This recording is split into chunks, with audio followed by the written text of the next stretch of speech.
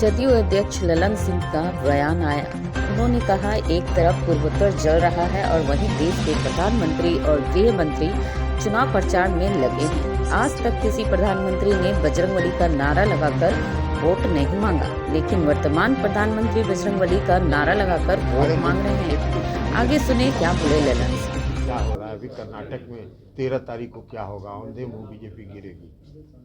आज कर्नाटक में क्या हो रहा है? कर्नाटक में भारतीय जनता पार्टी की सरकार के भ्रष्टाचार की चर्चा हर घर में है, हर गली में है, हर जुबान पर है। और केंद्र की सरकार जो दावा करती रही इतने दिनों तक कि हम भ्रष्टाचारियों के खिलाफ कार्रवाई कर रहे हैं, इसलिए सभी विपक्षी दल एक हो रहे हैं। और अपना जाके कर्नाटक में न देखें, इस देश की भ्रष्टतम सरकार है कर्नाटक की, तो वो के पालतू तोते हैं। ये हम लोग बातें पहले से कहते रहे, जो उनके खिलाफ जाएगा उसके खिलाफ वो इस्तेमाल करते हैं, तो वो इस्तेमाल करते रहे, उसका कोई फर्क नहीं पड़ेगा। लेकिन जनता समय पर जवाब दे देगी। कर्नाटक में भी जनता जवाब देने के लिए तैयार मन बना के बैठी हुई है।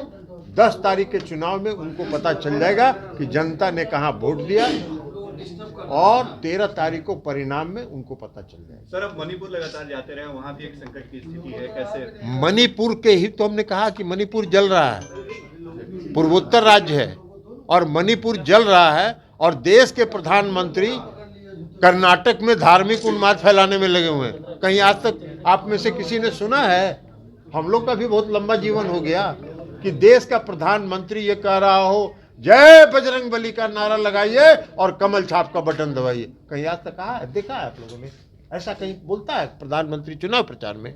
लेकिन है धार्मिक उन्माद उनको फैलाना है। चूंकि भ्रष्टाचार की जो चर्चा, उनके भ्रष्टाचार की, भाजपा के भ्रष्टाचार की चर्चा जो वहां गली गली में है, उसको दबाने के लिए पूरा धार्मिक उन्माद फैला रहे हैं। जितना फैलाना है फैलाते रहे, परिणाम उनको कुछ नहीं मिलेगा। लेकिन मणिपुर की जहां तक बात है, मणिपुर जल रहा है और इस देश के प्रधानमंत्री, इस देश के गृह मंत्री कर्नाटक में अलग अलग रूप धारण करके घूम रहे हैं, धार्मिक उन्माद फैलाने में लगे हुए। तो इसलिए आपको लग रहा है कि आप पीएफआई में गढ़ बना रहे हैं बिहार में? क्या आप लोग पीएफआई का गढ़ बना रहे हैं बिहार में? आरोप लगा रहे हैं, उनको लगाने नहीं दीजिए। भ्रष्टाचार का पूरा गढ़ बनाए हुए हैं ना कर्नाटक में। भ्रष्टाचार की जाके अब भ्रष्टाचार के खिलाफ लड़ रहे थे और उनकी चर्चा भ्रष्टाचार के हर गली में है। तो ये सब नहीं चलने वाला है। कुछ दिन के जो चलाना हो वो चला लें, उसके बाद